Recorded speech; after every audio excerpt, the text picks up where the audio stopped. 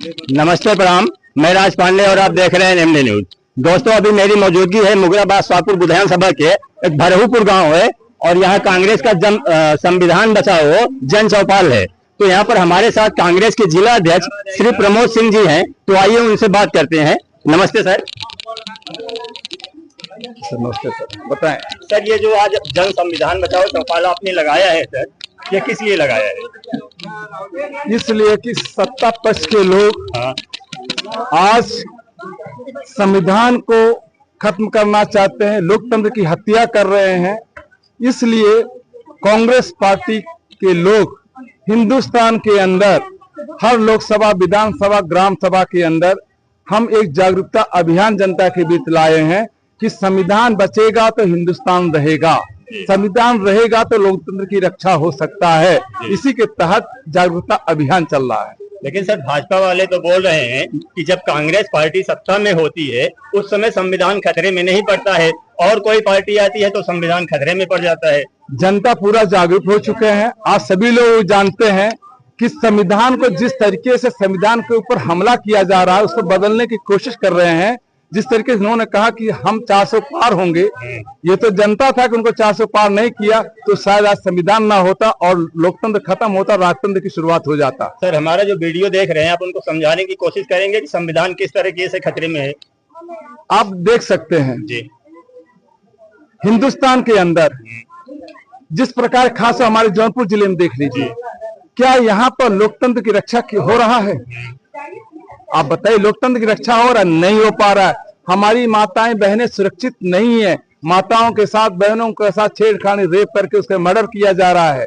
हमारे युवा साथी जो घर से बाहर निकलते हैं पढ़ाई के लिए, उनका मर्डर हो रहा है। लॉ एंड ऑर्डर कहाँ मेंशन है? इसी को बचाने के लिए अभिव्यक्ति की आजादी नहीं है। हम अगर बोलते हैं, विरोध करते हैं, विपक्ष का रोल अदा करते हैं तो हम देशद्रोही कहे जाते हैं। क्या लोकतंत्र में क्या मैं अपनी बातों को रख नहीं सकते? इसका अधिकार मुझे नहीं है। इसलिए बार बार कह रहा हूं कि लोकतंत्र की रक्षा के लिए संविधान की रक्षा होना जरूरी है। लेकिन सर, जो लॉ एंड ऑर्डर का समस्या है, योगी जी ने तो बोला हमने हर चौराहे पे यमराज बैठा के रखा है। सभी जो यहाँ के यूपी के मोस्ट वांटेड माफिया थे उनको मिट्टी में मिला दिया। मैं आपका बातों का सम्मान कर रहा हूँ। जो कह रहे हैं हमारे माननीय मुख्यमंत्री जी, उसकी भी बातों का मैं सम्मान कर रहा हूँ। लेकिन आप सिर्फ जौनपुर जिले को देखिए ना, पूरा उत्तर प्रदेश मत जाइए। पिछले 1 महीने के अंदर कितने युवा साथियों का मर्डर हुआ है, कितने महिलाओं के साथ छिड़कानी हुआ है। ट्रिपल मर्डर जफराबाद में हुआ। क्यों? मर्डर के बाद आप किसी को गिरफ्तार करते हो, अरेस्ट करते हो, उसका अंदर भेजते हो, ये बहादुर नहीं है। उससे पहले रोक होनी चाहिए। हमारे कानून से लोगों को इतना डर होनी चाहिए कि वो गलत करने को रोकें। सम्मान उसके प्रति, डर क्या, सम्मान होनी चाहिए। और पुलिस डिपार्टमेंट सो रहे हैं। कोई भी चीजें उनके यहाँ एप्लीकेशन दिया जाए तो उसकी सुनवाई नहीं होती है। जब घटना अंजाम दे दिया जाता है किसी घटने को, तब जाकर के लोग सक्रिय होते हैं। तो क्या ये हमारी देश की रक्षा कर रहे हैं? सर, मैं एक चीज और पूछना चाहूंगा। आपको भी मालूम है और उस गांव के लोग यहाँ आए भी हैं, और मुगराबाद शाहपुर में आपके इंडिया अलायंस के जो विधायक हैं श्री पंकज पटेल जी, सर यहाँ भिखुपुर गांव के कुछ महिलाएं आई हैं। हम भी गए थे वहाँ पे, रेखा जी ने हमको बोला था, रेखा दीदी ने, हम भी वहाँ पे गए थे। इतनी हालत खराब है सर। जबकि मुगराबाद शाहपुर के विधायक पंकज पटेल हैं, वो चाहते तो सर स्थितियां काफी अच्छी हो सकती थी। लेकिन वो 2 साल में 1 बार गए थे और तब से आज तक वहाँ मुड़ के नहीं देखे। जनप्रतिनिधि मुड़ के देख रहे हैं, काम कर रहे या नहीं कर रहे हैं, इस पर हम कुछ नहीं बोल सकते। क्योंकि अलायंस नहीं, वो सपा पार्टी से चुनाव लड़े हैं, अलायंस हुआ है। और सपा के लोग इस चीज को जाने, जनता जाने। जनता चुन करके जिसको अपनी दिलों का धड़कन बनाया है, अगर वो साथ नहीं दे, इसमें मेरा क्या दोष है? हम कांग्रेस के लोग हैं, हमको जब सत्ते पर, मैं उसको सुनूंगा। हम लोग बिना सत्ते पर रहे भी सड़कों पर संघर्ष कर रहे हैं। सड़क से लेकर संसद तक अपनी आवाज को, गरीबों की आवाज को बुलंद कर रहे हैं। पानी, बिजली, सड़क की व्यवस्थाओं के लिए हम लोग आवाज उठा रहे हैं। हम तो आवाज उठा सकते हैं, आपके दर्द को लोगों तक पहुंचा सकते हैं, लेकिन हमारे पास कोई निधि नहीं है जी। है निधि तो हमारे सांसद विधायक के हाथ में होता है। अब वो लोग काम नहीं कर रहे हैं तो ये पूरी जनता जानते हैं।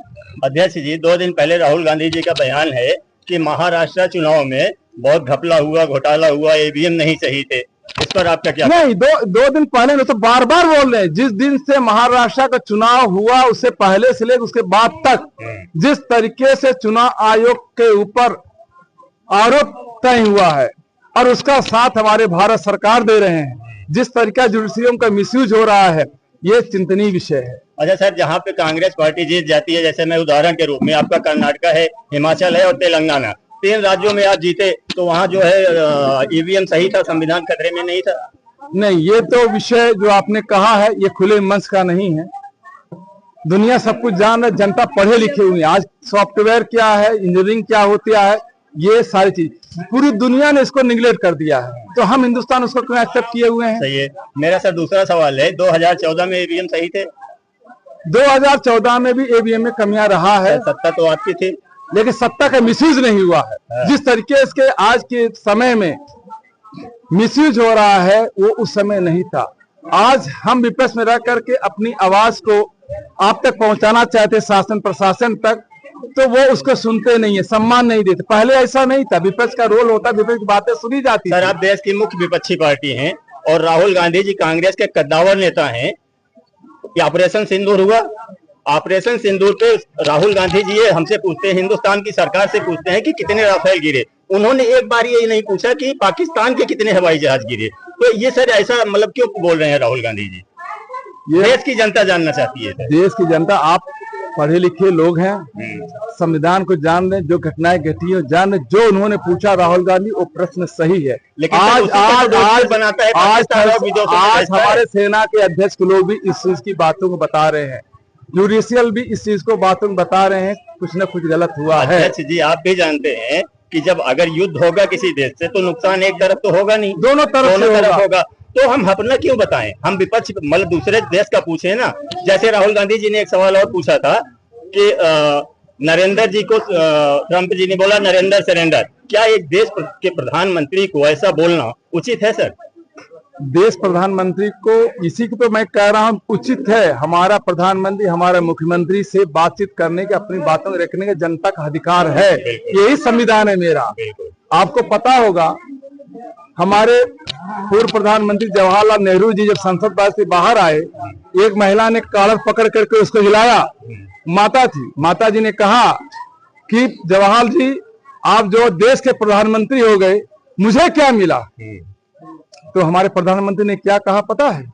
कहा कि आपको यही मिला कि एक देश हिंदुस्तान के प्रधानमंत्री के पकड़ कर कॉलर हिला रही हो, अपनी बातों को रह रही, इससे ज्यादा अधिकार क्या चाहिए? सही बात है सर, लेकिन जो हम सेना के ऊपर जो है बोलते हैं और सेना का मनोबल नीचा करते हैं। सेना का मनोबल कांग्रेस ने कभी नीचे नहीं किया, ये आपका आरोप है। मेरा नहीं है सर, भाजपा वालों का है। आपका नहीं, आपका ये बात की मतलब हमारे सत्ता पक्ष वालों का आरोप। कभी भी हम लोगों ने उसके सम्मान का हनन होने नहीं दिया है, न कभी होने देंगे। भाजपा वाले एक चीज और बोलते हैं सर, जब 26/11 हुआ था मुंबई पे अटैक, तो उस टाइम हमारी सेना तैयार थी, लेकिन हमारे जो उस टाइम के प्रधानमंत्री जी थे मनमोहन सिंह जी, उन्होंने सेना को आदेश नहीं दिया, नहीं तो उसी टाइम चढ़ाई हो गई होती। और पाकिस्तान ने नहीं, देखो आप टॉपिक को बदल रहे हैं। जिस तरीके से बीजेपी टॉपिक को बदल करके अपनी बातों को रखते हैं, वो बॉर्डर की बात, देश और विदेश के बीच की लड़ाई है, हिंदुस्तान की रक्षा की बात हो रही है, हमारा इंटरनल मैटर है, वो हमारे आउटर का मैटर है। अंतर्राष्ट्रीय ऑपरेशन सिंदूर भी, ऑपरेशन सिंदूर एक देश हित की बात है, हमारे देश की रक्षा की बात है। और जो आपने बम्बई की बात कहा, वो हमारे भारत के अंदर की मामला है, व्यक्तिगत मसला है। पहलगाम भी तो अब अंदर का ही, वो पूरी दुनिया जानता है पहलगाम में क्या हुआ, कैसे हुआ। उसको आवाज तो नहीं बुलंद होने दे रहे हैं, आवाज को दबाई जा रही है। जो कुछ हुआ हिंदुस्तान की जनता जानता, समय आने पर सबको सब जवाब मिल जाएगा। ठीक है दोस्तों, यही थे कांग्रेस के जौनपुर जिला के अध्यक्ष श्री प्रमोद सिंह जी। और इन्होंने बहुत सारी, जैसे मैंने इनसे सवाल पूछे और उतनी ही बेबाकसी इन्होंने जवाब दिया। तो यही मेरा था छोटा सा वीडियो कांग्रेस पार्टी के जिला अध्यक्ष प्रमोद जी के साथ। बाकी आपको इस वीडियो के बारे में आपकी क्या राय है, आप कमेंट बॉक्स में जरूर लिखिएगा। आपसे मिलते हैं किसी अगली वीडियो में, तब तक के लिए जय हिंद, जय भारत।